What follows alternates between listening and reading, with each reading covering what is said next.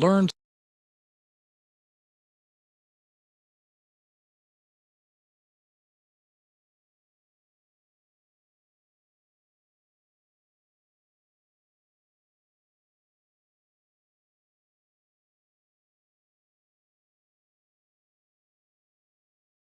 A teacher who is attempting to teach without inspiring the pupil with a desire to learn is hammering on cold iron.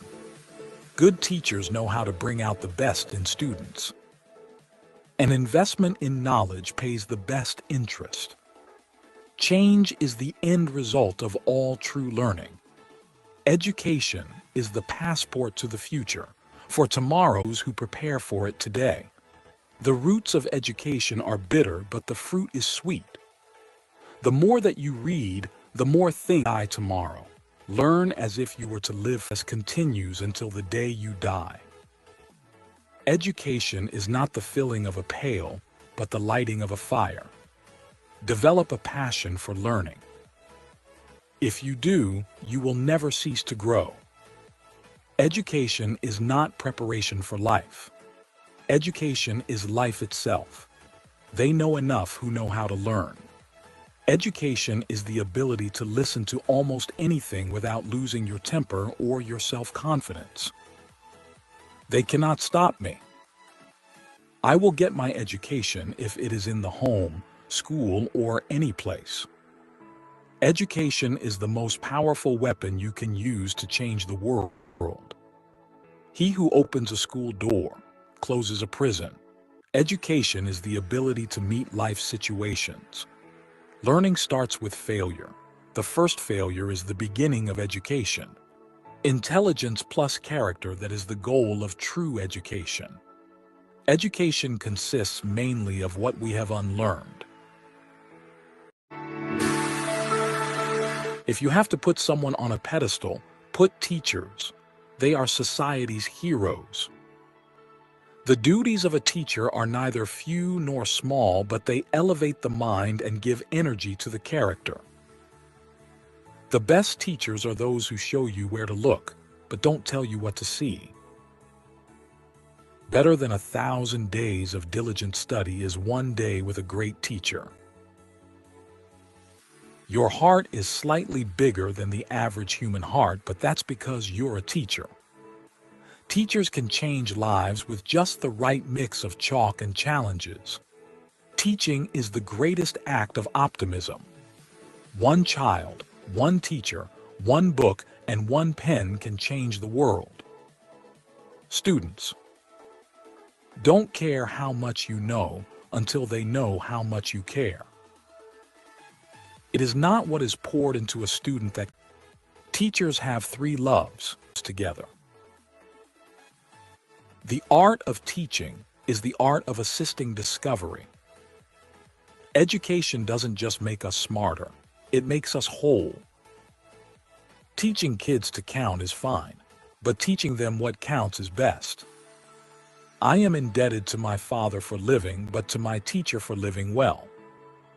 A teacher affects eternity. He can never tell where his influence stops. I like a teacher who gives you something to take home to think about besides homework. I have learned silence from the talkative, toleration from the intolerant, and kindness from the unkind. Yet, strange, I am ungrateful to those teachers.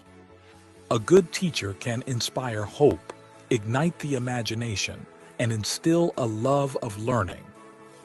A teacher who is attempting to teach without inspiring the pupil with a desire to learn is hammering on cold iron. Good teachers know how to bring out the best in students.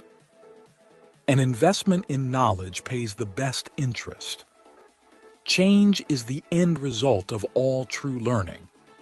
Education is the passport to the future, for tomorrow belongs to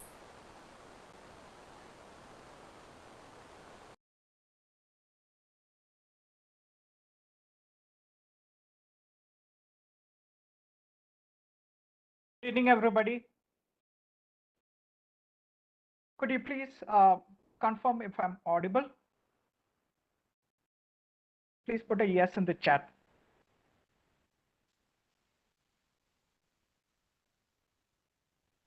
Yeah, I can see some. Thank you, Cherian. Yes, thank you. Thank you, people. Yeah. Good evening, everybody. Thank you all for registering and attending this national level online faculty development program on curriculum framework in line with NEP 2020, OBE and AI Advancements. This is organized by the Mar Thoma College for Women, Perumbavoor, in association with the Kerala State Higher Education Council. Today, we would like to welcome Dr. Mendes Jacob, who's the Director, PG Department of Computer Applications of Marine College. He will be the resource person for today. And we would also like to welcome all the people who are attending this FTP session. Now, a few things about this FTP. This is a 7-day FTP program with live sessions from 7 p.m. to 9 p.m. And this is our fourth day of this FTP. Now, the fee for the LMS access and processing of certificate is rupees 500. All the participants who are paid the processing fee will receive the LMS access, the video recordings for all the days, and the provision to download your FTP's completion certificate. The procedure for receiving the certificate will be informed to you towards the end of the FTP. If any of you are yet to make the payment, you can make the payment of rupees 500 to the account details I will shortly put in the chat. If you are unable to attend any of the sessions, live sessions, they will be available in the LMS. If you have any trouble in attending the WebEx online session, you can also join the YouTube live session, the link of which I will put in the chat now.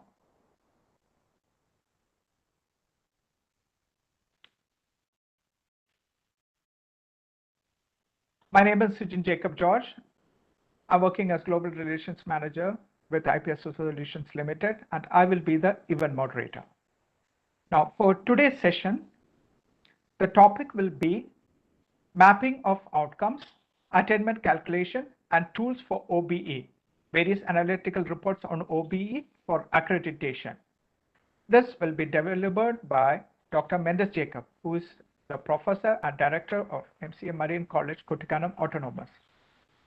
Now, Dr. Mendes Jacob is an academician and entrepreneur with 35 plus years of experience and is the former Director of School of Applicable Mathematics, MG University. He is also the CEO of IPSR Solutions Limited, an IT company supporting higher education institutions in the implementation of outcome-based education, OBE, and innovating teaching, learning, and assessment strategies. Over to you, sir.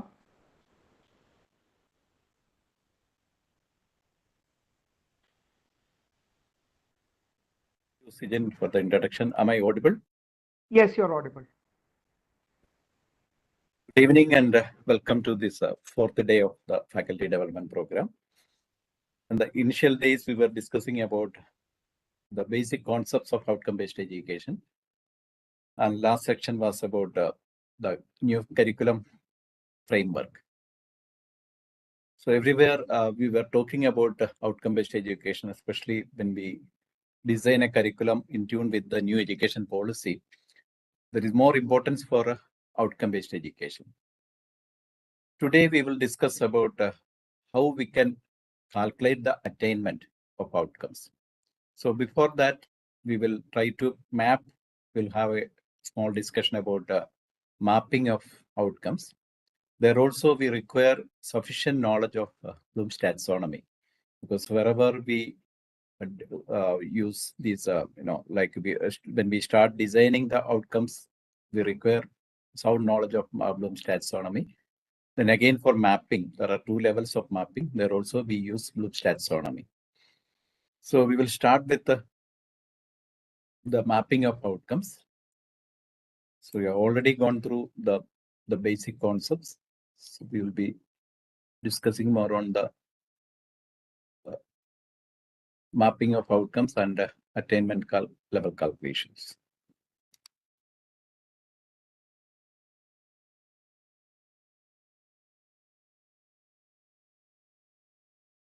So all these sections are covered by Dr. Sunil Job. I will start with the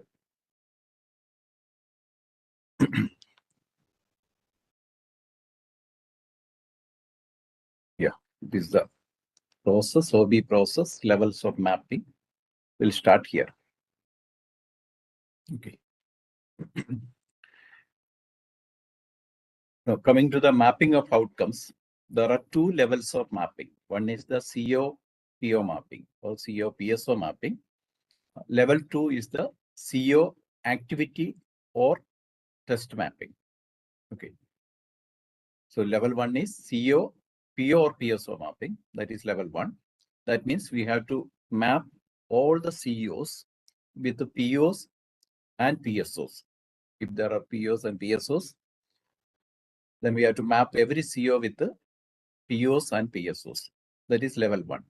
Level 2 means every activity or assessment, what all things we are conducting in the sessions, that we have to map with a particular CO.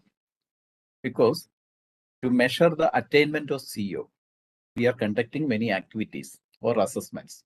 So each of these assessments or activities should be mapped to different COs. So this is level 2. Now in the picture you can see program education objectives, that is the top level. And you can see PO and PSO. Each and every CO you can map with the POs with a sufficient mapping strength. I will show you the table and I will show you the process of mapping. The similar way, if there are n COs, some of the COs may be mapped to a particular PO. The same way, most of the COs can be mapped to PSOs because PO is a generic one, and whereas PSO is a specific one. It's specific to a particular program, whereas PO is a generic one for the graduate attributes. So we cannot say that every CO can be mapped to with the PO. Whereas in the case of the PSO, most of the COs you can map with the every PSOs. You can see the lower side, the bottom, you can see TLOs, topic learning outcomes. Because there are different topics, there are outcomes even for topics. So when we try to teach the students different topics, and each topic may be connected with a particular CO. So this is the process of mapping. We have level 1 and level 2 mapping. I will show you how we can map the level 1 mapping and the level 2 mapping.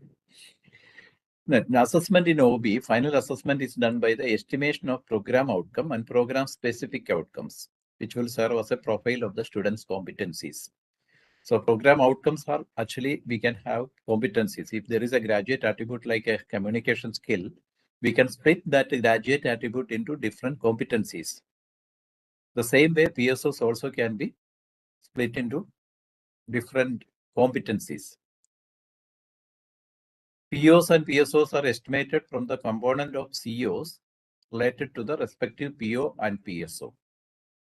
So POs and PSOs, we are not directly calculated, but there is a mapping from CO. CO-PO mapping or CO-PSO mapping is there. In that way, we will be calculating the attainment of POs and PSOs. COs are estimated from the component learning outcome of the activity related to the course. For every CO, to calculate the attainment, we'll be having different activities or assessments through which we can calculate the attainment of COs. And in turn, we can calculate POs and PSOs because all these COs are mapped with the different POs and PSOs. So the first step is to determine the mapping of the related components and determining the strength of mapping between lower order and higher order outcomes. We have lower order outcomes, like COs, then higher order outcomes, POs, PSOs, etc. Now, we should follow a mapping scale for outcome-based education. This also depends on the policy of the institution. Here, for the demonstration purpose, I'm using this mapping scale where we have the weightage. You can see 0, 1, 2, 3. That means I'm using a 4-point scale. And if the weightage is 0, when it will be 0, if if you consider the marks or grades, if 0% is the mark, then the weightage is 0. Okay.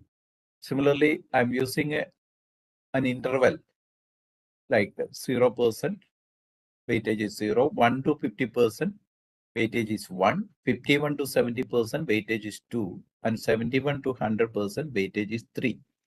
So this also depends on the policy of the institution. You can define your policy.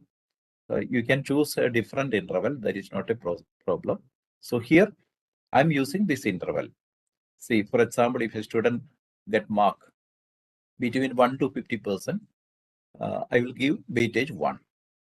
Or it is from 51 to 70%, I will give weightage 2, like that. Then the relationship, the CO-PO mapping is done based on a relationship. What is the correlation between that particular CO and that particular PO? So if there is no relationship, it is nil. That means weightage is 0. If there is low relationship between a CO and a PO, then the weightage is 1. Again, if there is moderate relationship, then weightage is 2. And if there is significant relationship, I will give weightage 3. That is the highest weightage. So just remember this particular mapping scale. We will be using this mapping scale to explain the process of mapping as well as for calculating the attainment. So when you are going for an accreditation process, definitely you should understand how the mapping is done and how the attainment calculation is done. If you are claiming that you have implemented outcome-based education. So I'm just explaining the process. And after that, this is a manual process so that you will be aware of the process. And after that, I will show you one or two tools so that you can calculate the attainment in an easy way. Okay. And manual process is not that much easy. So of course, you can experience it. Now, we'll start with the level 2 mapping. That means if there is an exam or there is an assessment, how that assessment can be mapped with a particular CO. We will see how that mapping process can be done. So you may be conducting different assessments, like you have assignments, you may have seminars, you may have continuous assessments, exams, internal exams, then semester exams, all these exams. So how the activities or the test can be mapped to a particular CO, that we will see now. You can see level of action verb for a course outcome. So a course outcome starts with the level of the action verb. Again, action verb comes from Bloom's taxonomy. So when we write course outcomes, you'll start with an action verb from the Bloom's taxonomy levels. Suppose your course outcome is of level 4, that means analyze level. You can have a course outcome like that. Then level of action verb for an activity or question means, if you are framing a question, again, you will be starting with a particular Bloom's taxonomy verb that shows the level of that question, the knowledge level.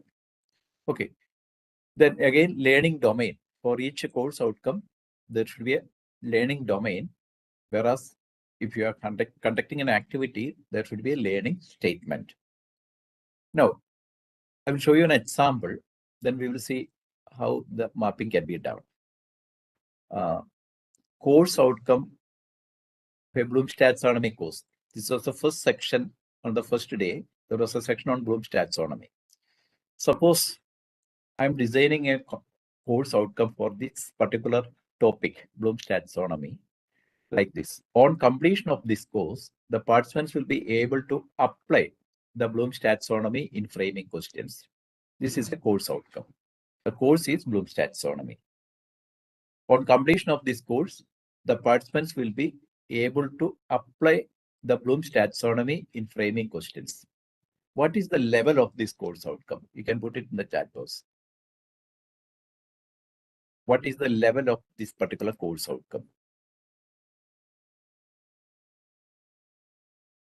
is the course outcome. You can read.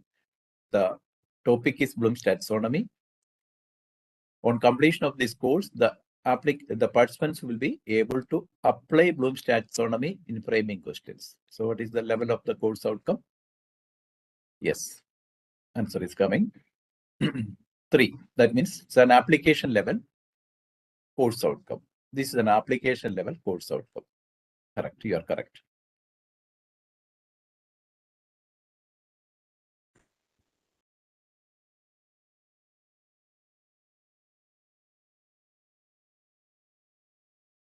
Now, this is my assessment question. What is the question? Explain the different levels of learning in cognitive level. Explain the different levels of learning in cognitive level. This is the assessment question. Suppose I'm conducting an exam for the participants and I'm asking this question. Okay, so what level this question is? Level 2. Yeah, it's obvious. It's level 2. This is a understanding level question. Now, each and every activity or each and every question, I have to map with a particular CO. My CO here is application level, and my question here is understand level. So what should be the mapping strength? We have 0, 1, 2, and 3. It's a 4-point scale. So this particular question can be mapped with this particular CO on which mapping strength? Yes, getting answers 1, 2, 1, 2, etc. Okay. Here. Okay, it is not 0 anyway, because there is some relation between this particular question and this CO. Okay, this question is one level below the level of the CO. Okay, because there is understand strength there be 2. Yes. So this is an understanding level question, and the CO is an apply level question. Of course. So this the mapping strength here it is 2. This is 2. I will give you a magic formula after this, how we can map the questions with the COs. I will give one more example. Using Bloom's taxonomy, prepare an application level question in your subject. This is the question. This is another question. Using Bloom's taxonomy, prepare an application level question in your subject. So what is the level of this question?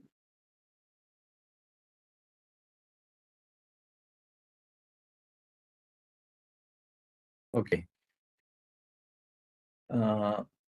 Using Bloom's taxonomy, prepare an application level question in your subject. Okay. Some of you have given, most of you have given 3. Some of them 1, 2, and 6. Okay, 6 is a create level question. No, it's not create level anyway.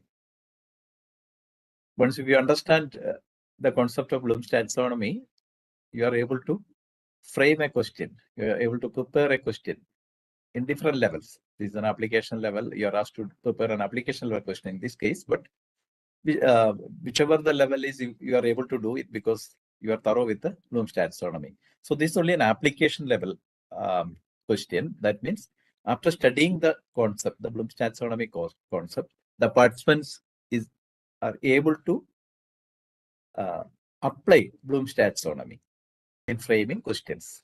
Okay, that is the concept. So this question is an application level question, and we have the course outcome again the application level. So if you want to map this particular question to the course outcome, what will be the mapping strength? We are mapping the second question to the course outcome. What will be the mapping strength? Yes. So we are getting correct answers. The mapping strength is 3. Why it is 3? Because we have the course outcome, the level 3, application level. Question is also at the level 3, application level. So that means it's a perfect match. We can map the question with the CEO perfectly.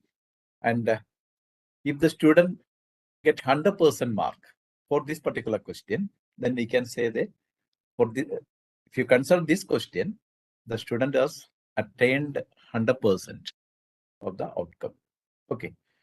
So this is how we can map questions with CEOs.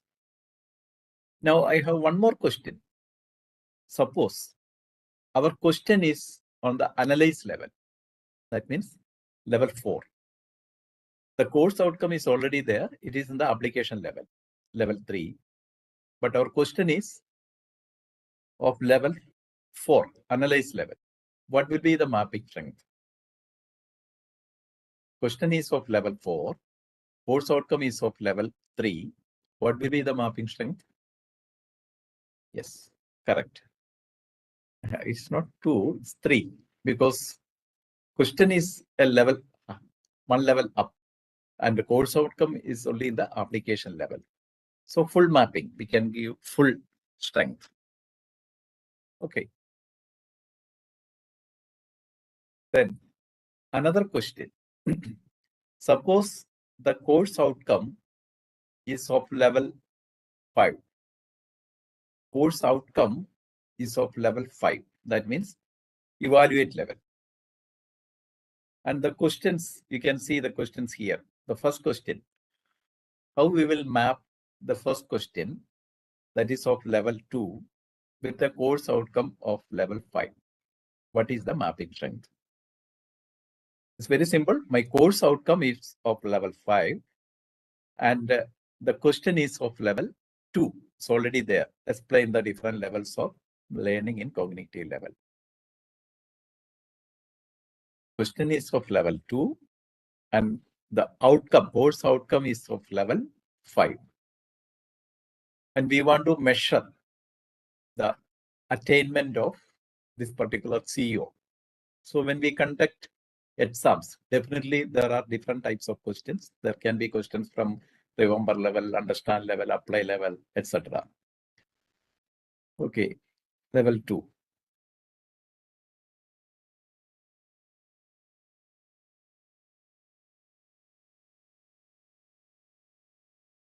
Okay, there is a formula for this.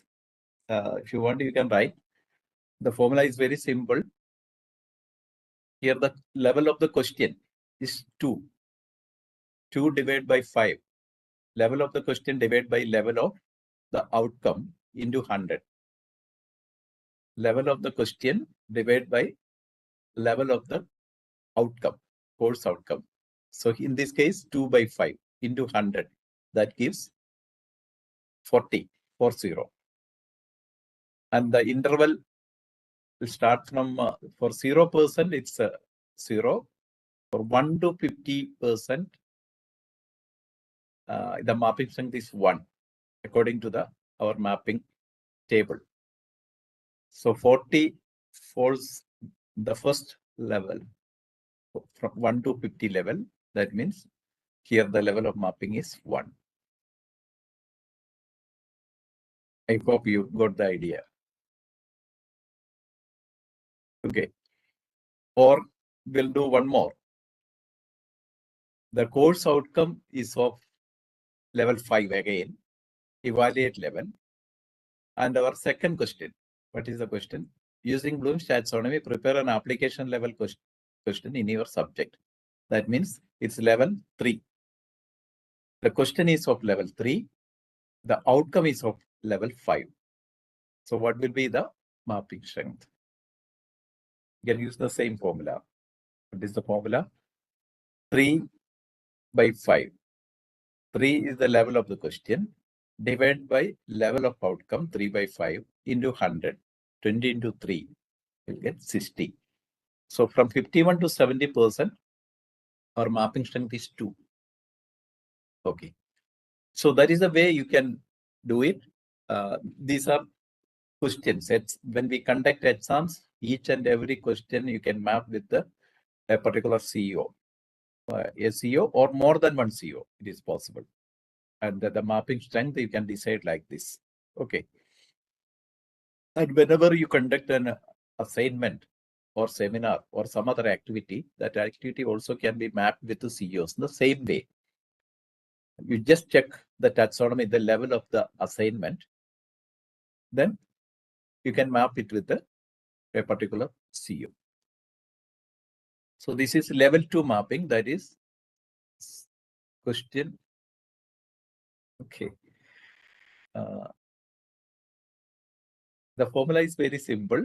You can write level of question divided by level of outcome. Level of question, it can be from 1 to 6. Knowledge level, remember level, understand level, apply level, analyze level. Analyze means 4th level. Evaluate means 5th level. Create means 6th level. So level of question from 1 to 6. It can be from 1 to 6. Level of outcome also from 1 to 6, because we are writing course outcomes starting with action verbs from Bloom's taxonomy. And the formula is very simple. Level of question divided by level of outcome into 100. Okay. Then you can use the mapping table. See, in that case, the first case, the level of the outcome was 5. Suppose the level of outcome is the evaluate level. So that means it's level 5. The first question was of level 2, understand level. So 2 by 5 into 100, that gives 2 by 5 into 100 means 2 into 20, 40. So it falls in the second interval from 1 to 50%. So the level is 1. Similarly, the second question is of level 3. Second question is of level 3, application level question. Our CO remains the same, 5th level. So there the mapping strength is 3 by 5. Application for a level of question is level 3, 3 by level of course outcome, 3 by 5 into 100, 20 into 3, that is that falls in the third interval, 51 to 70%. So we have the mapping strength 2. So this is the way we can map. No, this is not the attained level of CEO. For calculating the attainment of CEO, we need more calculations. We are just starting that process. So the initially we have to map. That is the first level of process. We have to map each and every activity or assessments with COs first. Then all these COs should be mapped with the POs and PSOs. After completing the process, then I will show you how we can calculate the attainment. So this is the mapping, the process of mapping, that is the first level. I hope it is clear now. Okay, shall we proceed?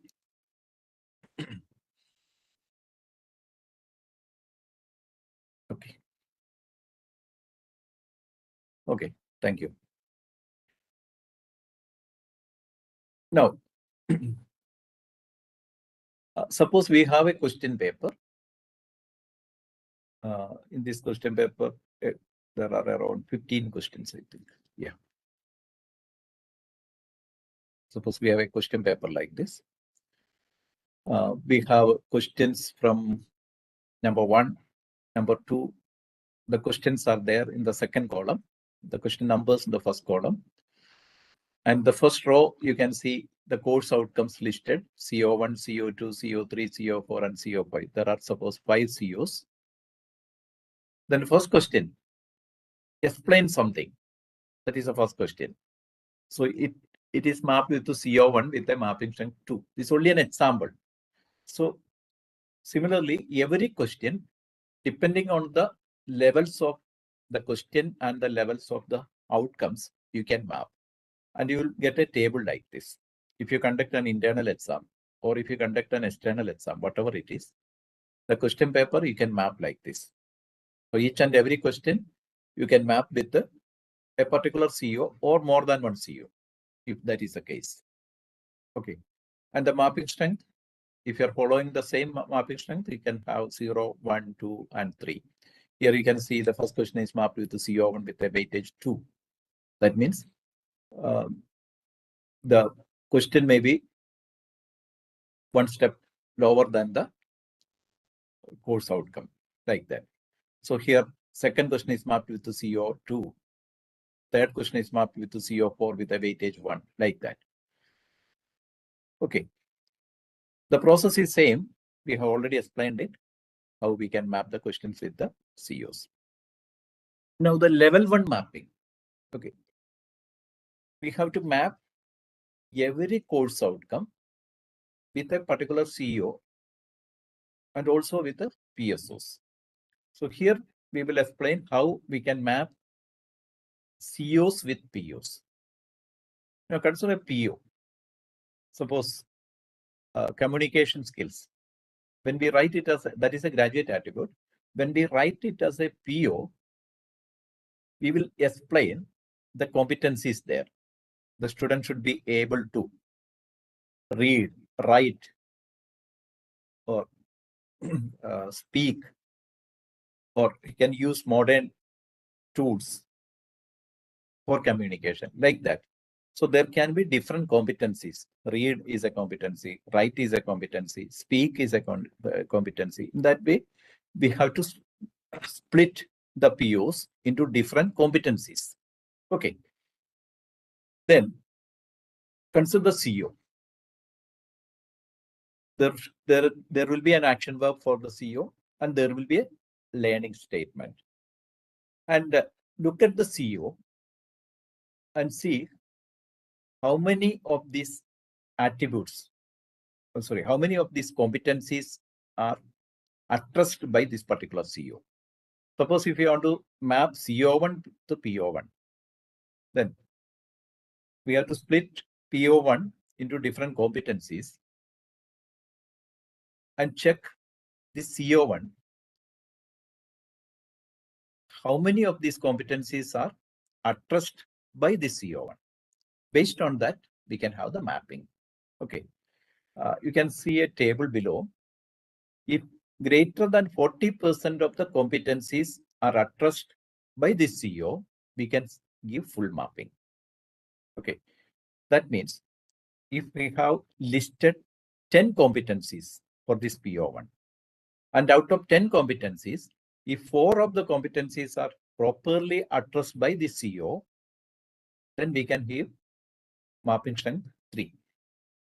If it is between 25% and 40%, we can give mapping 2.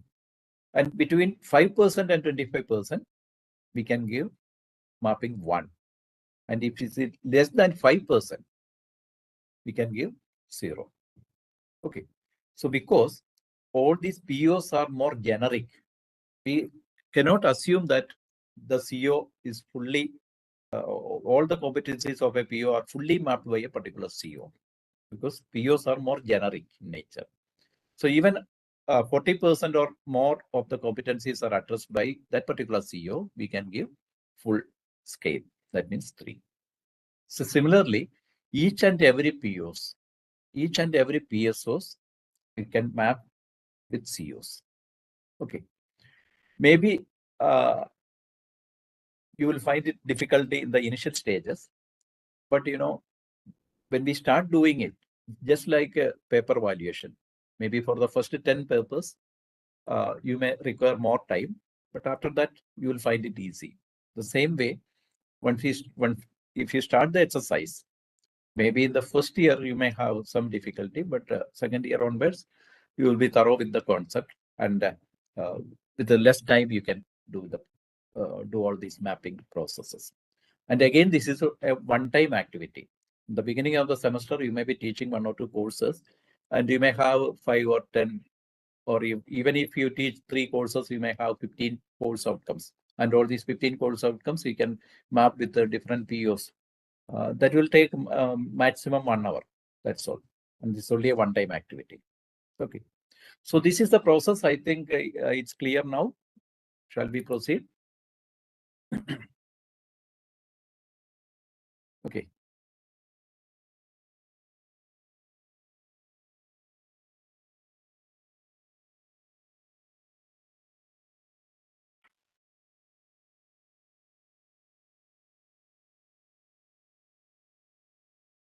Okay. Now, suppose we have 9 POs. This is again an example. I have taken the POs of Marian College, Kuttikanam. There are 9 POs we have.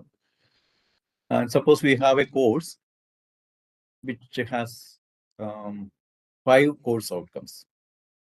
So we'll get a table like this. After the mapping process, we have to map all these 5 COs with different POs.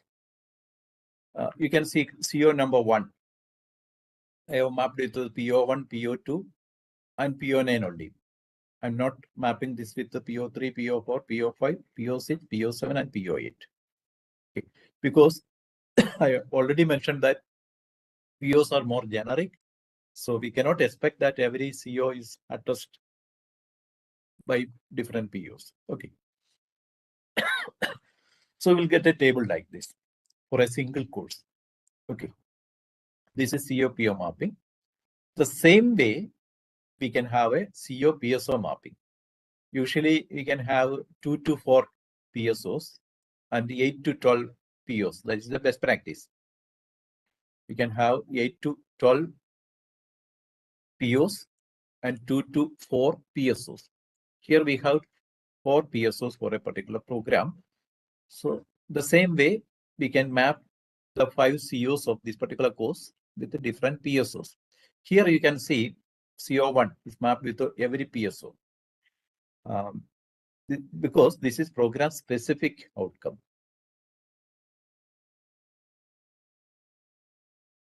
There's a question like, can the COs repeated for?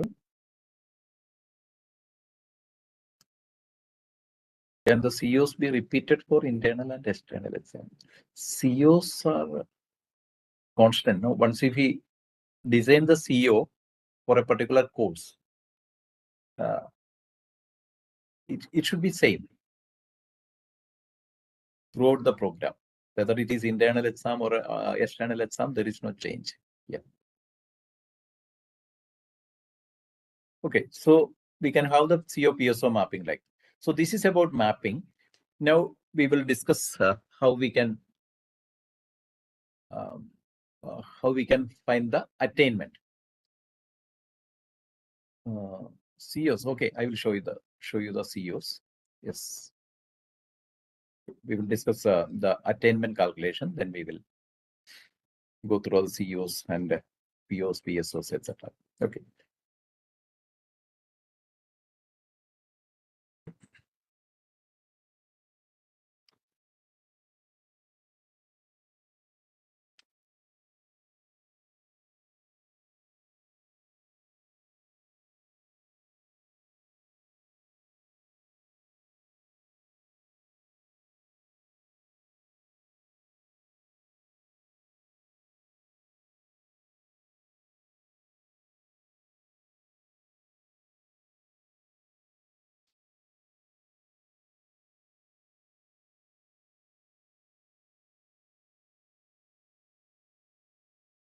Do we map a CO with the PSO as well as PO, or do we map CO to PSO and PSO to?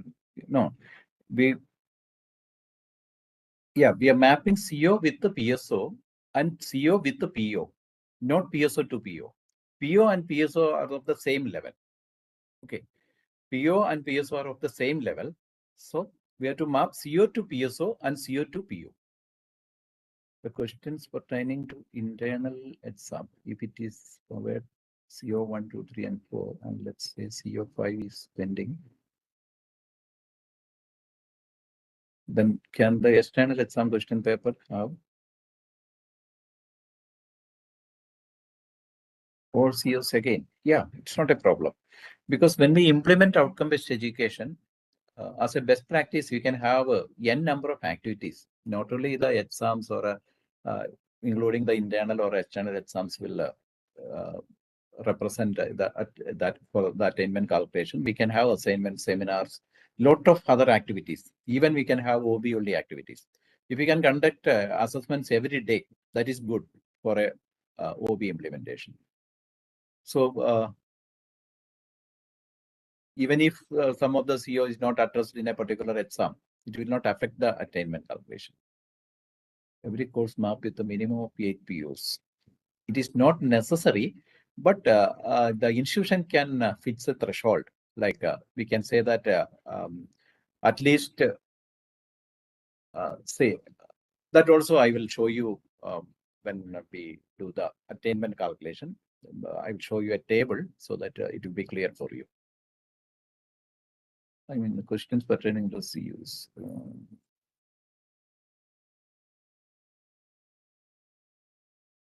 COs, okay, please explain how they have mapped different levels. The courses must have seminar and project courses. No, if there is a project, definitely it should have a CEO. Seminar, if you are considering it as a separate course, then you can have a CEO. Or if seminar is a part of a particular course, it will be an assessment activity only. And there will be any CEO that is not mapped. It is not possible because, you know, why we are having the CEOs, we have to attain, no, the students have to achieve a particular target. That also I will show you for each CEO.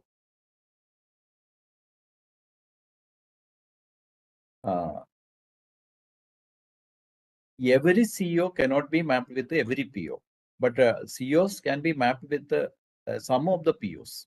Okay. It's mentioned in the slide, PO1 is mapped with the graduate attributes competence. So how to define competency? One. Yeah, when we convert graduate attribute to a PO, the process is, I think Dr. Sunil Job has already explained it. We have to identify the competencies and we have to write the PO. Graduate attribute may be a word or like a communication skills or teamwork or something like that. So when we define it as a PO, you have to start with an action verb and the competencies and finally the context. Just like writing CO or writing PO, there is a method. It's already covered. I think I can refer the yesterday's video, maybe the second day's video. Internship have COs. Definitely, if internship is a course, it should have a CO. Yeah, Bloom's taxonomy level. The level is always the Bloom's taxonomy level. Okay.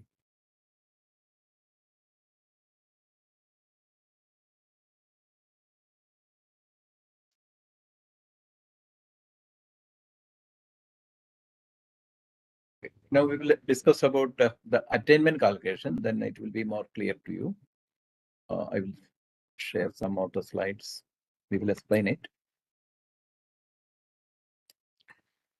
Okay.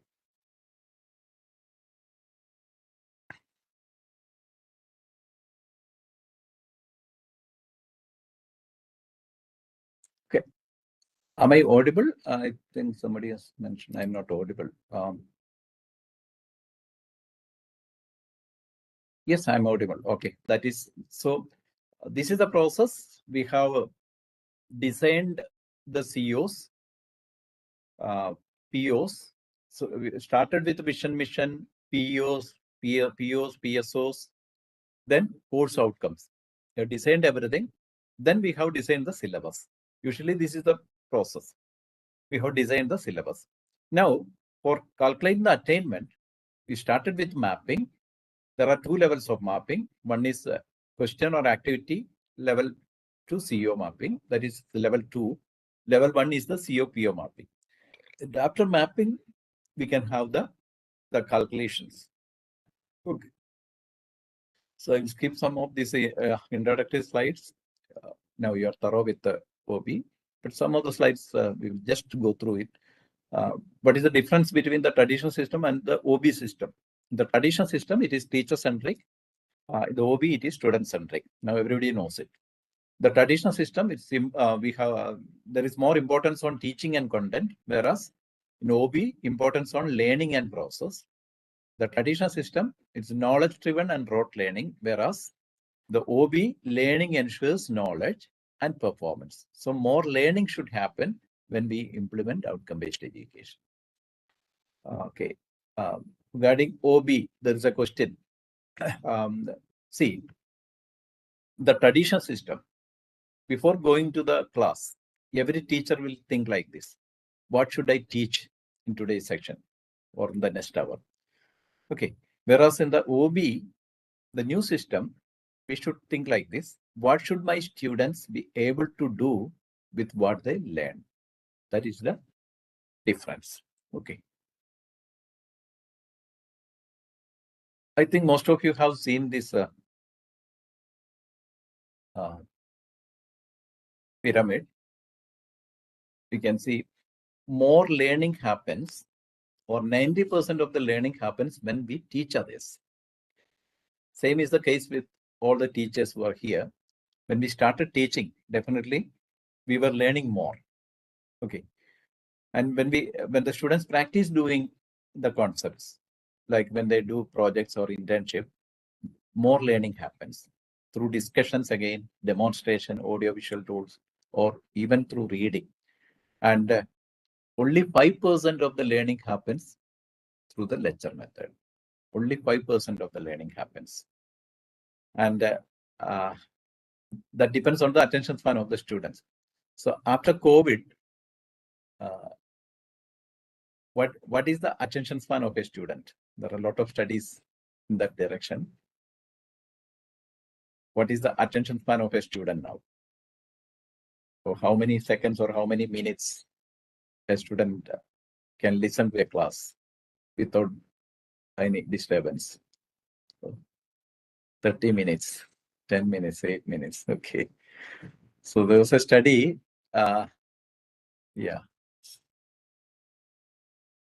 According to a study, only 8 minutes. Okay. So only maximum 8 minutes a student can listen to a class. So when we implement OB, there is a paradigm shift from teaching to learning.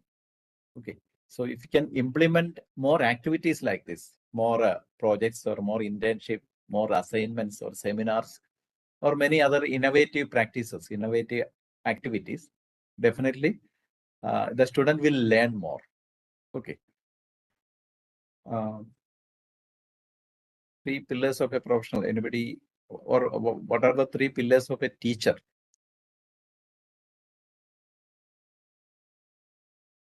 Any idea?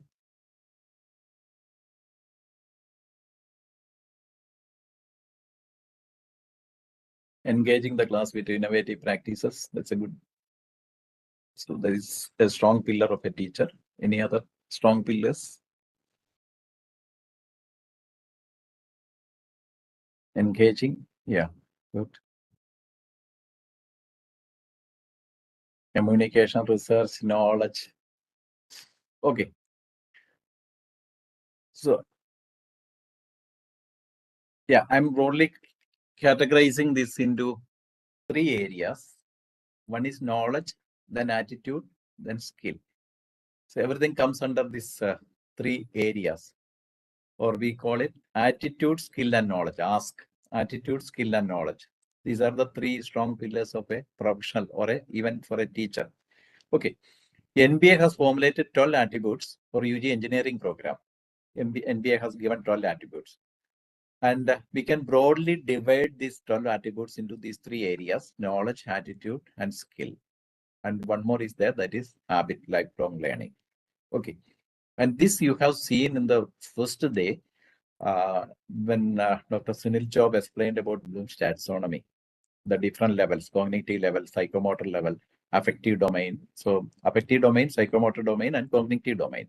These are the three domains. Okay.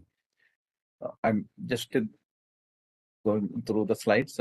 We will go fast now. Now, this should be the outcome of today's section. Outcome means at the end of this section, at least every participant should be aware of calculating the attainment of the outcomes. This is an example of a table where the POs are calculated, the attainment of POs out of 3. You can see, suppose this is a scorecard of a particular student. The POs are mentioned there. Disciplinary knowledge, that is a PO. Attainment out of 3, 2.3. Communication skills out of 3, again 1.8. So if we can provide a scorecard to every student like this, then we can say the OB implementation process is complete. Okay. Similarly for COs and PSOs. This is PO, a more generic graduate attributes. So every student we can calculate it, and if we can provide this as a scorecard, that is fine. Now we will see how the attainment calculation is done using an example. So I'm just sharing a PO. Already I have mentioned that this is the POs of our college, Marian College, Gottikanam. We have 9 POs, starting with the domain knowledge, then communicative competence, etc. And the last one is self-directed and lifelong learning. Okay. There are other important attributes like sustainability values, teamwork is there, entrepreneurship and leadership is skill. Okay, so there are 9 POs we have. Now, for an example, I'm taking a PSO. There are 5 PSOs of a BCA program. This I have taken from the internet, only for a demo purpose. Okay, maybe there may be some mistakes, or some of them may not be good PSOs. So only for an example, I'm taking these 5 program-specific outcomes for a BCA program. Now, this is a course, Introduction to Computers. It's a basic course for a BCA program. I'm considering 5 COs of this particular course. Again, I am taken this from the internet. So don't look at the verbs or anything like that. Just understand that there are 5 course outcomes. This we will use for calculating the attainment. For example, the first CO is identify the parts of the computer system. Identify the parts of the computer system. This can be a level 1 or level 2 maximum CO, course outcome. So we have PO, PSO, and CO. Okay. Then we can have many activities. Suppose for the first semester, there are outreach or industry visit, many other activities we can conduct in the first semester. And these activities also can be mapped to POs or PSOs. If it is not conducted in relationship with a particular course, then there will be a predefined mapping scale. Okay. So already I have given the example of a mapping scale. We will use the same mapping scale here also. There will be direct and indirect assessment methods which can be used in preset proportions. That should be a proportion of the direct assessment and indirect assessment. Okay. Then what are direct assessments and what are indirect assessments? What are direct assessments and what are indirect assessments? Any idea? Anybody? Can you give any hint?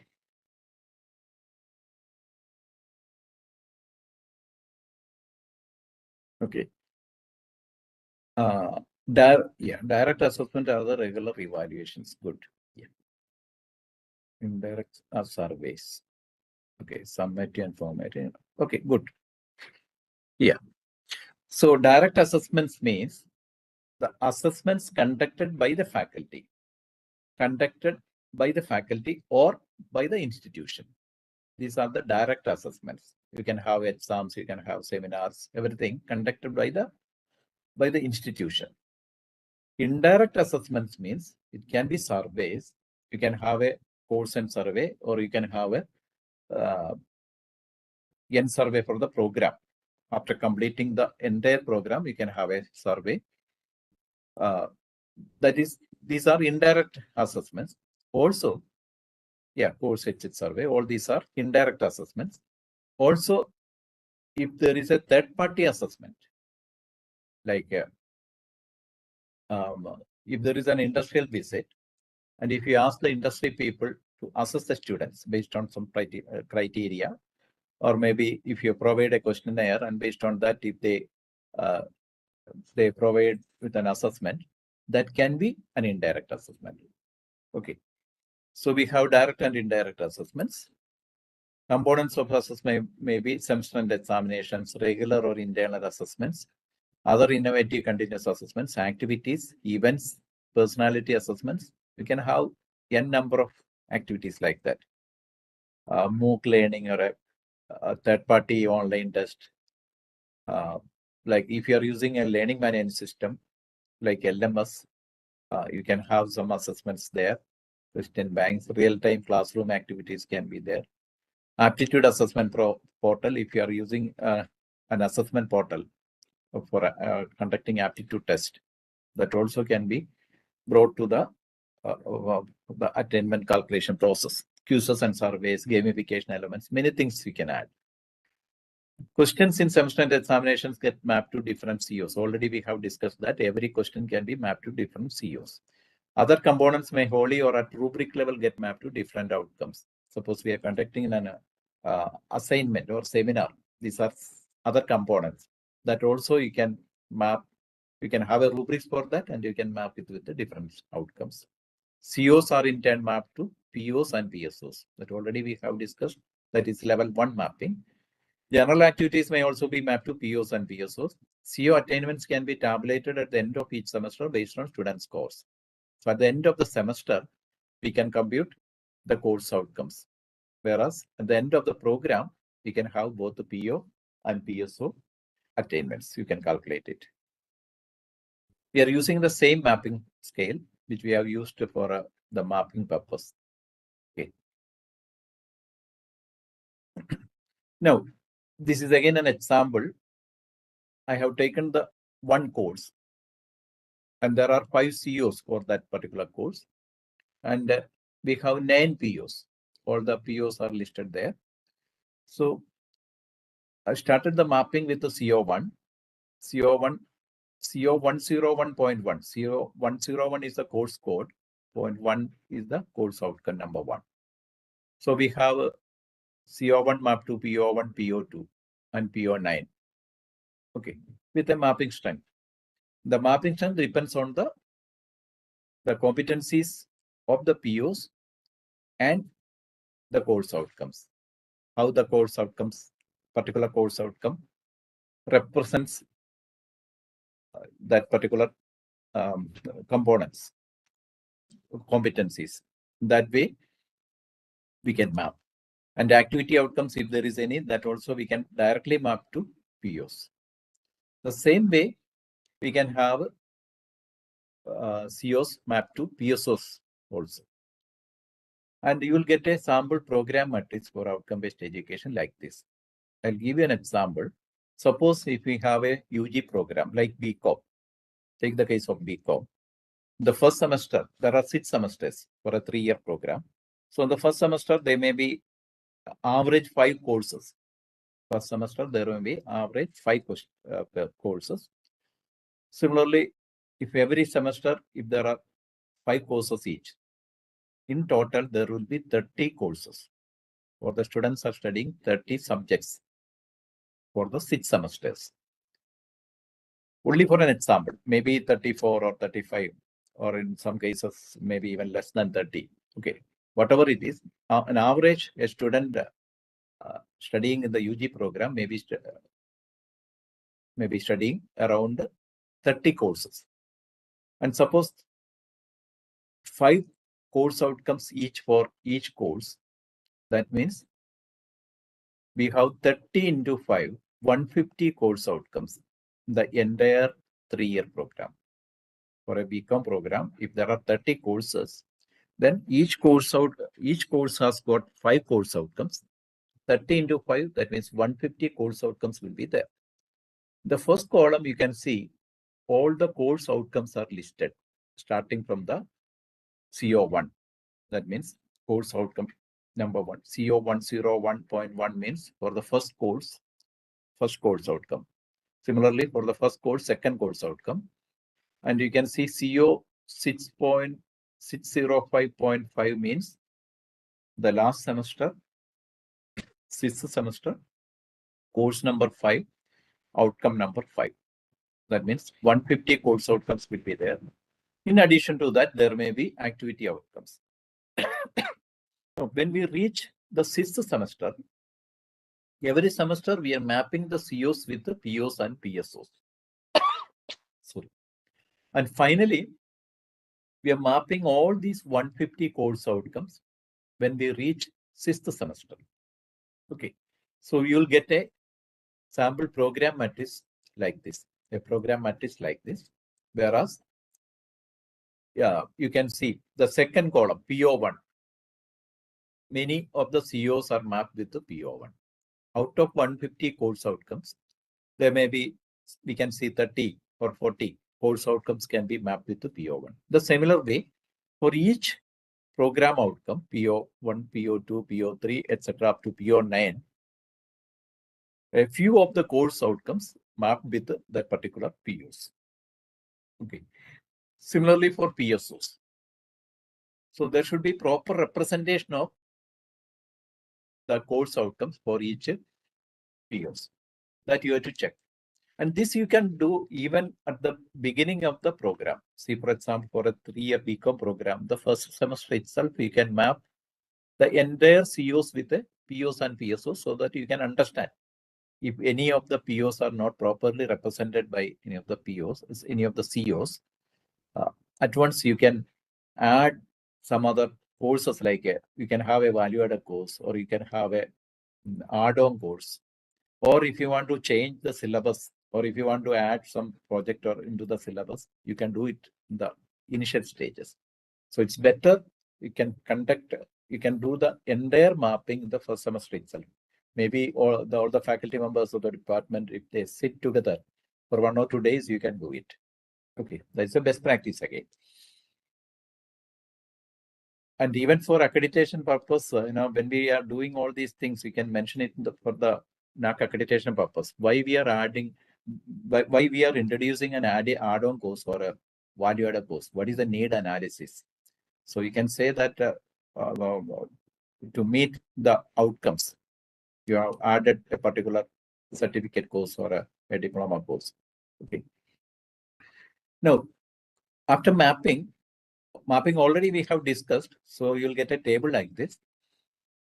The most important activity of the faculty member is to have a CO-linked assessment plan for every course. This is again only an example. This is an example where 40% mark is for the continuous assessment and 60% for the external exam, final exam, subsequent exam. Maybe in some universities, it is 20-80, 20% for continuous assessment and 80% for subsequent exams. In some other places, there may be 30% for a continuous assessment and 70% for the subsequent exam. Now, we are concerned a case where 40% of the mark for a particular course is for the continuous assessment and 60% for the subsequent exam. Now, you can list down the activities or assessment for this particular semester. Suppose there is a seminar and the mark for the seminar is 4. And suppose we are selecting a topic based on the course outcome number 1. So if you are designing the course outcomes according to the modules or units in the syllabus, suppose you have a course which has got 5 modules. For each module, if you have a CO, then in this case, the seminar topic will be from the first module. Okay, so you can have a seminar topic based on course outcome number 1. Suppose you are giving an assignment, you can have it from a course outcome number 2. This also, according to your choice, you can do it. It's only an example I'm mentioning here. Video presentation, 4 marks. It can be from CO3, like that, group activity. Then exam 1 means internal exam 1. Maybe the topics related to CO1 and CO2. Maybe in this case, module 1 or module 2. Exam 2, it is from CO3. Means the topics covered for this particular exam belongs to CO3. Exam 3, CO4, CO5. There is an activity outcome, attendance, okay. And final exam, 60% mark. Definitely, the entire syllabus will be covered in the final exam. So that means all the COs you can map. So the questions can be mapped with all the COs in that case. So this is very important for a faculty. You can have a CO-linked assessment plan. Here you can bring innovative activities, assessments. Okay. News analysis only an activity like if you're having a if it is an MBA program, usually for MBA program you can have a news analysis every day. Okay, based on that you can give some marks or grade for the students. Only that much.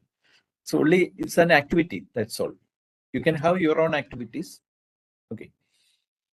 Now, after having this assessment plan, now you are conducting the assessment. Okay. So seminar, you have conducted the seminar, and suppose a student gets score 40% mark for seminar. Out of 40% mark for seminar. So the attainment is 1 because according to our mapping strength, from 1 to 50%, the mapping strength is 1. So here the students scored only 40% mark. So the attainment is 1. Similarly, for assignment, the student scored 85% mark. 85% mark means it falls in the last interval, 71 to 100, in that interval. So significant attainment or level 3. We can give level 3 attainment there. For CO3, video presentation is 70% mark. Again, 2, because up to 70%, the attainment level, according to the mapping strength, is 2. So like that, you can give the values here. And I will show you a tool. I'll explain with a tool after this. So if you're using a tool, you just enter the mark only. The remaining part, like the attainment and everything, will be taken care of by the tool. Okay. So, but for the understanding the process, definitely we will go through these slides. You can understand how the attainment is calculated. Now we are going to calculate the attainment for the continuous assessment, not for the final exam now. We will start with continuous assessment, then we will move to final exam.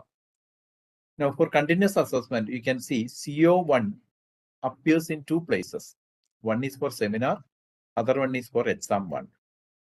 Okay, and for seminar, the attainment is 1 for this particular student. For exam 1, the attainment is 2. Now the CO1 calculation is like this, 1 plus 2 by 2. We are just taking the average. Okay, but actually we have to take the weighted average. That is more complicated. I will show you when I explain with a tool. Otherwise, it will be more complicated. So just to understand the process. Now you can see CO2 appears in 2 places for assignment, group activity, in 3 places now, and for exam 1. Assignment, group activity, and exam 1. We can see 3 plus 3 plus 2 by 3. So the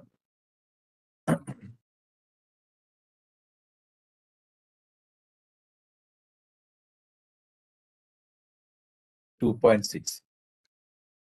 Okay. Similarly for CO3, CO4. Yeah, actually for the final exam, we will calculate it separately. Now I am explaining this how to calculate the attainment for the continuous assessment. Final exam, we will calculate it later. Okay, so in this way, we can calculate the attainment. And for the final exam, now we will see. There are some queries. Yeah, I'm just calculating only for the internals. And now coming to the final exam. if you are an autonomous college or a university, you can have the question numbers and you can have the marks for each student based on each question. For affiliated colleges, they will not get this data from the university. Okay. So for affiliated colleges, they can take the total and they can divide it. That is one way. Or without giving much importance for the final exam, if they can have more activities for the continuous assessment, you can do it in a better way. Okay. Now coming to the final exam. Suppose this question paper contains 25 questions. This question paper contains 25 questions for the subsequent exam. And I'm picking those questions which are mapped with the CO1. I've already mentioned that every question we need to map with the different COs. So I'm picking those questions which are mapped with the CO1. Suppose there are 5 questions in the question paper which are mapped with the CO1.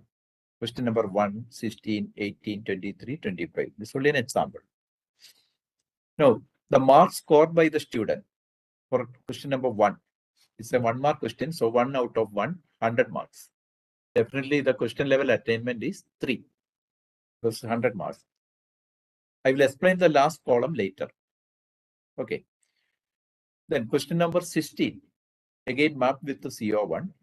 And the score is 1.5 divided by 2 for the student. So 75%. Again, question level attainment is 3. Question number 18, 1 out of 2, 50%. Question level attainment is 1. Question number 23, 3 out of 5, 60%. Again, question level attainment is 2. Question number 25, 2 out of 5. That means only 40%. So the weightage here it is 1. Okay, this is the question level attainment for this particular student because we have mapped every question with COs. Okay. And for each question, the student got different marks. And according to the percentage of marks, the question level attainment we have written in the third column. Whereas the last column is, what is the last column? Anybody, can you guess what it is?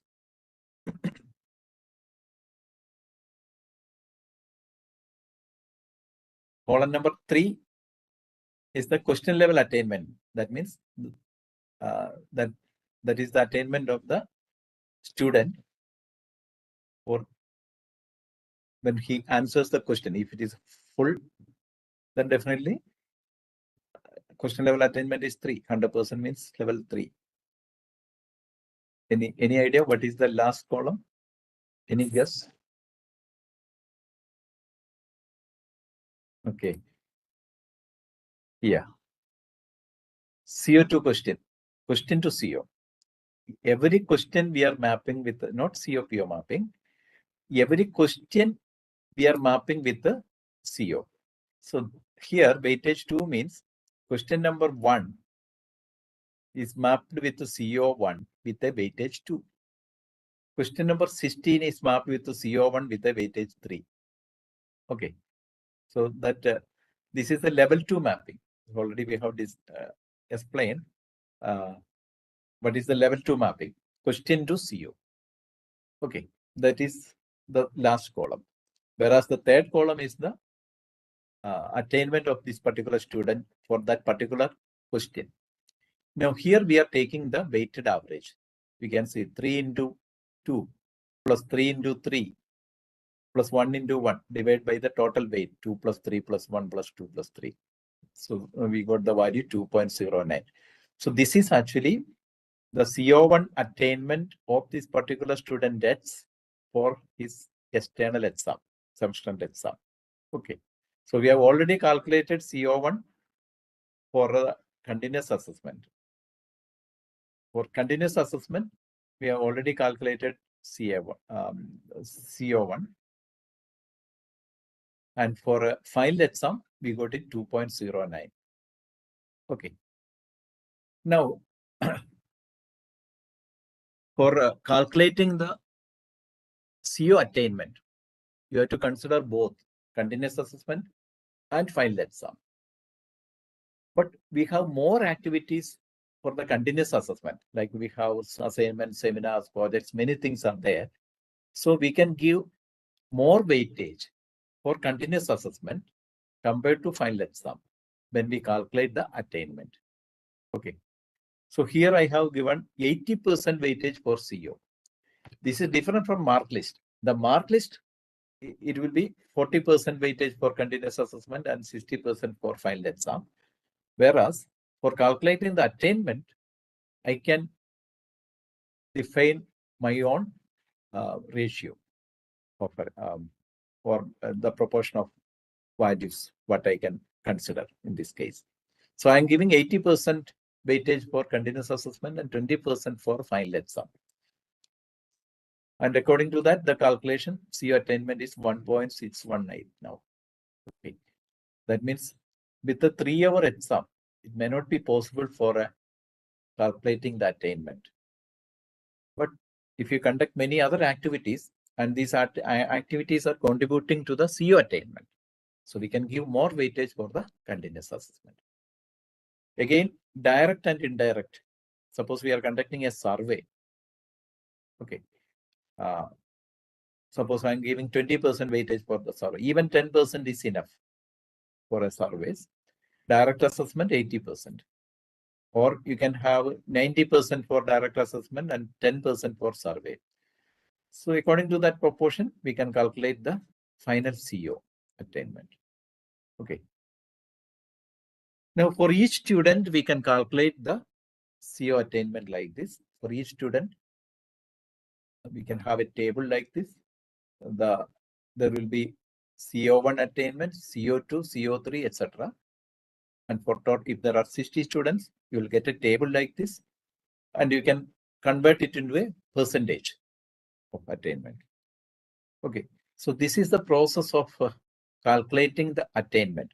So once if you calculate CO, you can have some analytics like percentage of students attaining more than 60% level. Okay, that I will show you with a with a tool, so you can understand it in a better way. I will skip this slide for the time being. Then how we will calculate PO? Actually, we are not directly calculating PO. We are calculating CO, and already we have the CO-PO mapping. We have already done the CO-PO mapping.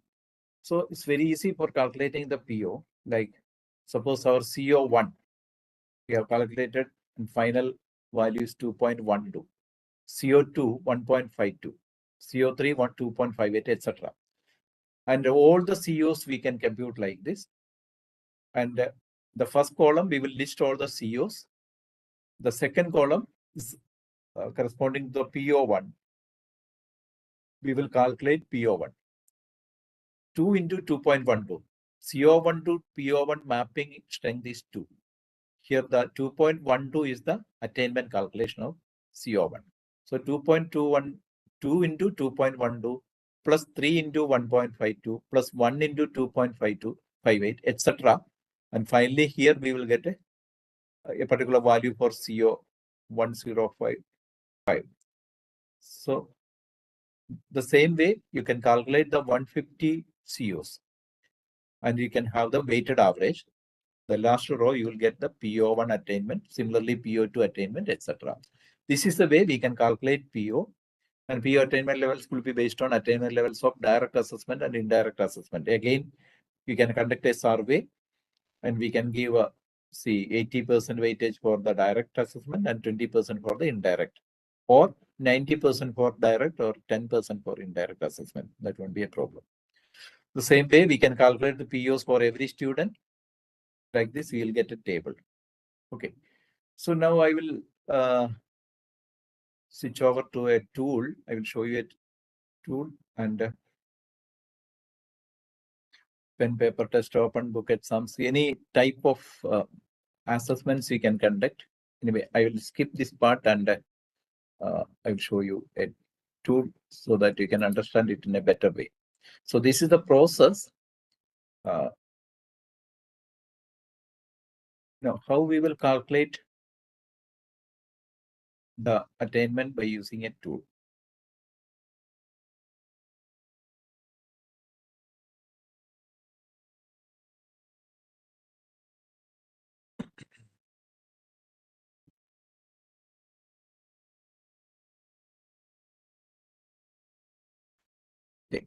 This is an example of a tool where we can have a faculty login like this, where all the courses handled by that faculty will be listed. I will just take one course.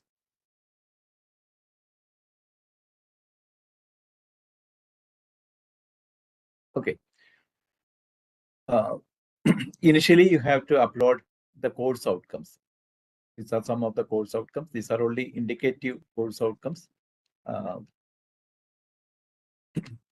May not be correct course outcomes, but you can just, we will go through the process. So there are 6 course outcomes for this particular course, and we have to fix a target for each course outcome.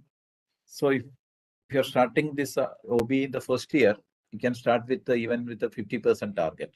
That means the attainment of this particular course outcome, we are targeting 50%, or we can say that every student in the batch should attain to achieve that 50% target. Okay. So here I'm fixing some targets. Some of them are 60 and one course outcome 50% like this. Just upload this CO and target with there is a template. You can upload it using that template. So once if you upload the course outcomes, POs and PSOs already uploaded.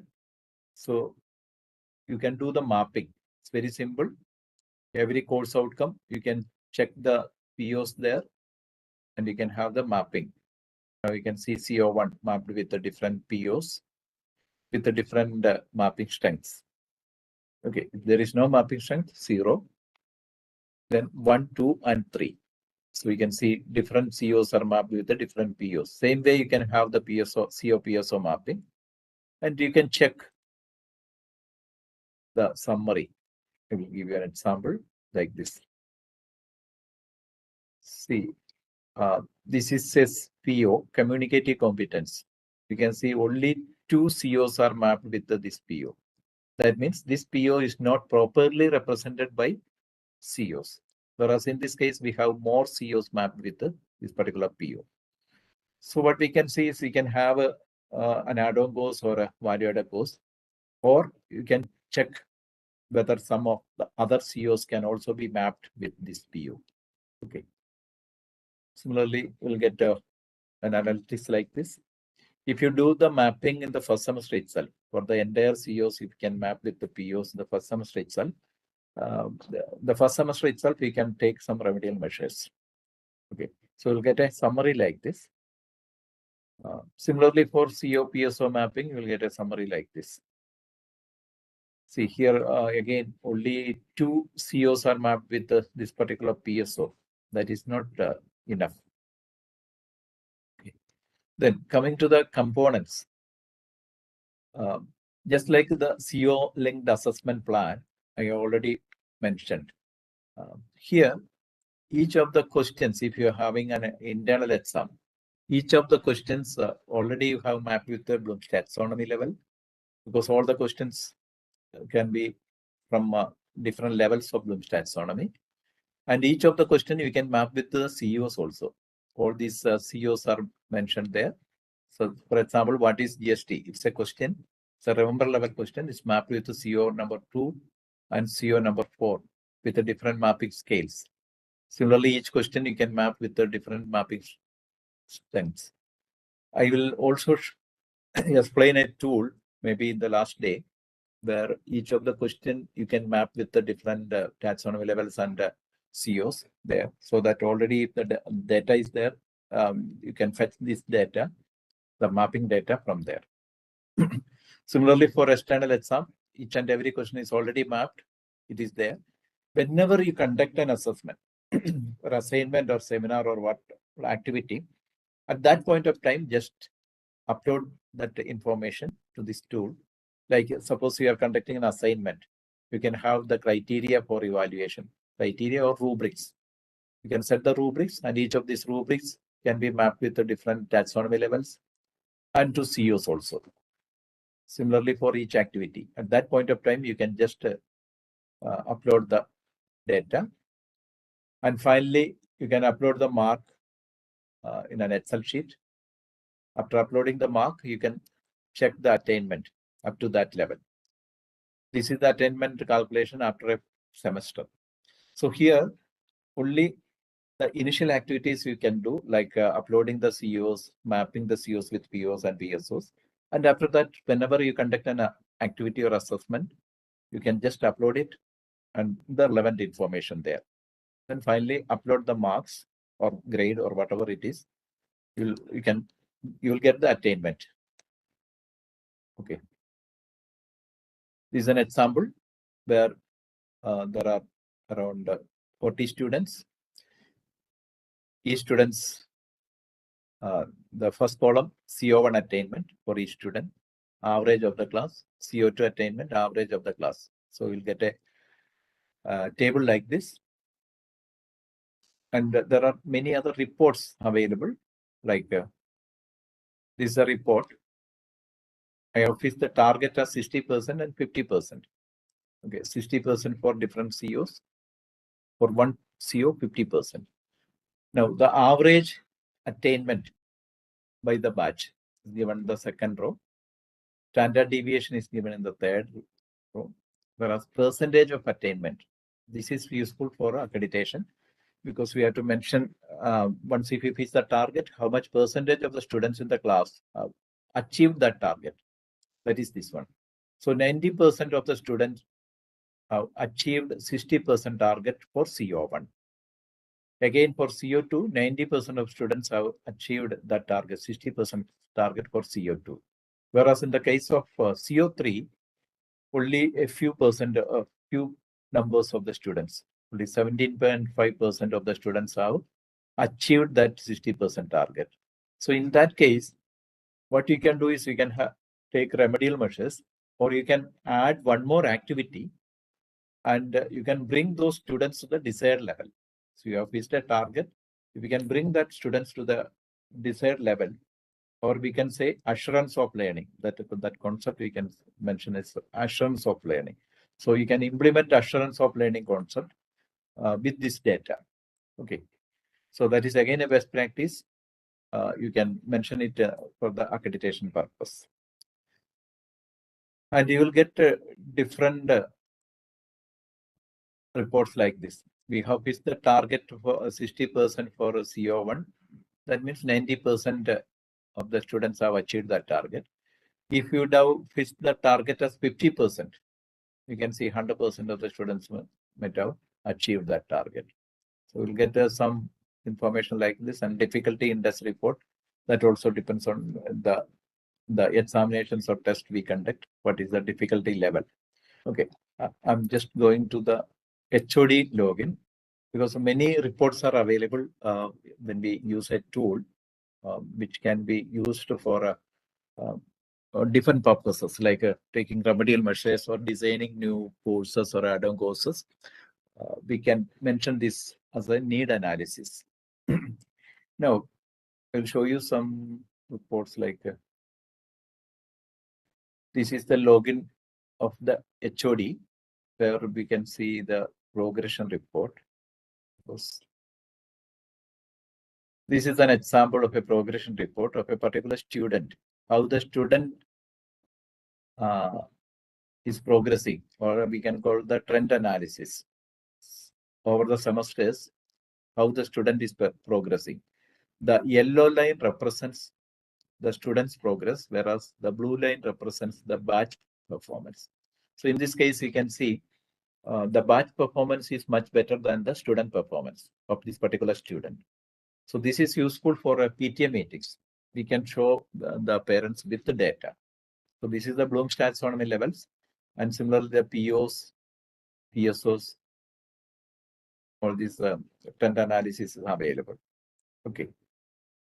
Now, suppose, yeah, I will show you another report. Like this is the performance of a particular student in the second semester compared to the first semester. You can see a few downward trends, otherwise all upward trends compared to the first semester. Okay. Now, going to the third semester, you can see more downward trends in the third semester.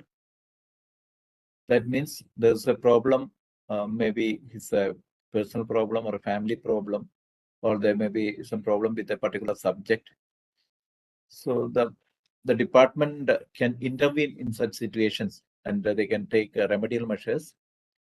The tool will classify such students into a different category. It can be outlier reports or something like that. Also, the tool will classify the student as slow learners, then outlier reports. If there is a sudden change in the behavior of the student or the performance of the student, they will be classified as outliers. So we'll get the list of those students who behave like that. Similarly, we will get a list of the slow learners and advanced learners, so that again, these are data required for the accreditation purpose. So if you are using a tool, it's very easy for the faculty members for calculating the attainment. Maybe you need to feed only a few of the data, so with just uploading the CEOs mapping, and finally you can upload the mark, and you will get the attainment calculation like this. So you'll get the attainment calculation of CEOs, EOs, and PSOs, so that that will be in a tabular form that is available. So that is about this attainment calculation. If you have any doubts, you clear the doubts, then we will proceed. What about choice questions in final exams? How to calculate the attainment? Yeah, usually it's better as a best practice. You can have both the questions, which can be mapped to same CEOs. That is one way of doing it. Otherwise, even a few questions will not matter. I already mentioned, because we have a lot of activities happening, so that if there is one or two deviations, that will not affect the attainment. A software vendor working for, in case we purchase this attainment calculation software, can we bring the two different softwares under one? This tool you can, you can have you can integrate it if required. This tool is called DQOB. We have developed this tool. Students' performance tends to decline. Does the assessment get corrected?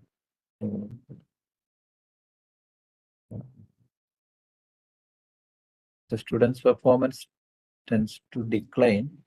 Does the assessment get corrected for the CEO? If the student's performance tends to decline, then that means we need to have some more activities.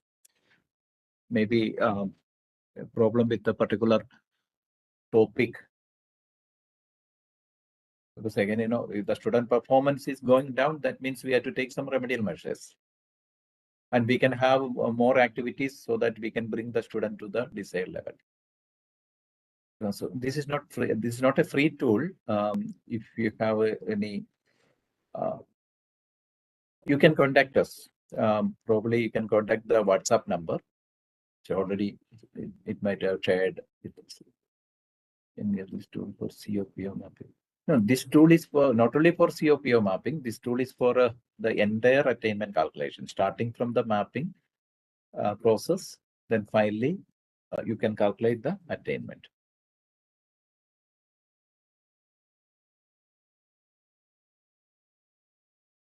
Sijan, you can share that WhatsApp number there, so that if you can contact.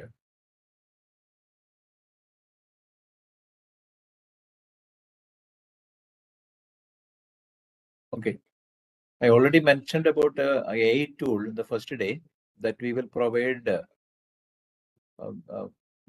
that tool for the participants, so that you can we can integrate that AI tool with this one, so that in the AI tool you'll have the mapping and the taxonomy levels, everything there. That data you can bring to this particular tool.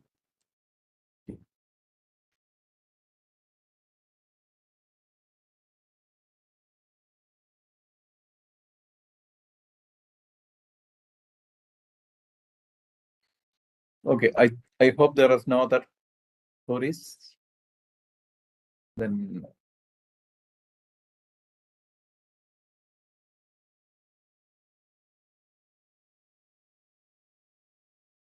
so we will wind up the session, and maybe the last day we will give you more idea about some other tools, and again how it is useful for the accreditation purpose, like how OB can be benefited during the accreditation process.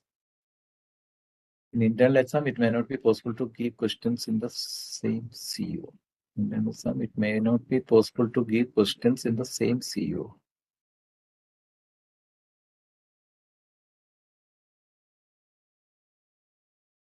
No, you can have different COs. But only for an example, I have shown that. See, for example, if you are having an internal exam, if a model exam, you may be covering the entire syllabus. So suppose there are 20 questions in the model exam, you can map each and every question to different COs. That's not a problem. Standard forms.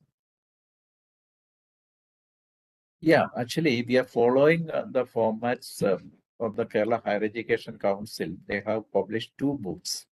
Okay, based on that, we have developed even this tool. And also, Professor Rao of Indian Institute of Science, he is assisting Kerala State Higher Education Council in this regard. Okay.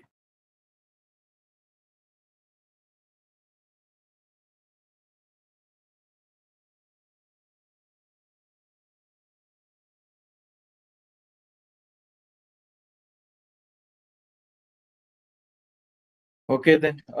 So we will wind up probably next day. We will come up with some more ideas. Suppose if student has to attend 2 questions out of 4, should we calculate attainment for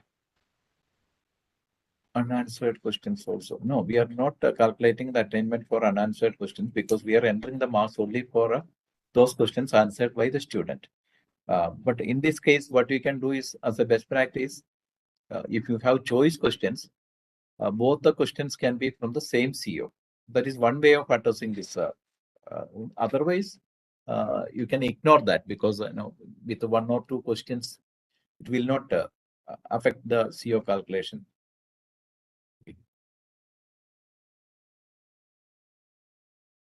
Any rubrics to CO level?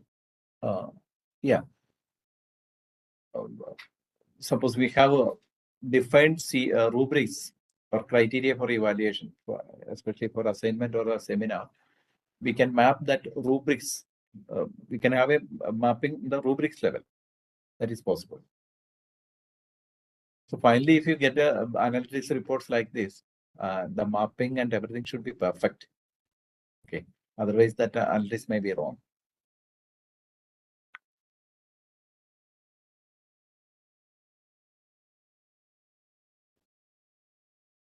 Okay, then. Thank you. Thank you all for being patient for this more than 1.5 hours now. And thank you, Mendes sir. Thank you, Mendes yes, sir, for that yeah. informative session. Yeah. Please note that we will be having tomorrow's session on ChatGPT and AI tools for educators by Dr. Suresh Nambudri. Please join in for that as well. The timing will be same at 7 p.m. to 9 p.m. Please make sure you join in for that. And if any of you are still yet to pay for the LMS and certificate access, please do so. I will give you the details here in the chat. If you have any problems regarding the LMS, you can contact me these numbers. And also for the tool that Mendes just showed to you, you can call these numbers for details regarding that. Okay, thank you everybody. Thank you again for joining this session. We will see you again tomorrow, same time, 7 p.m. And have a wonderful evening.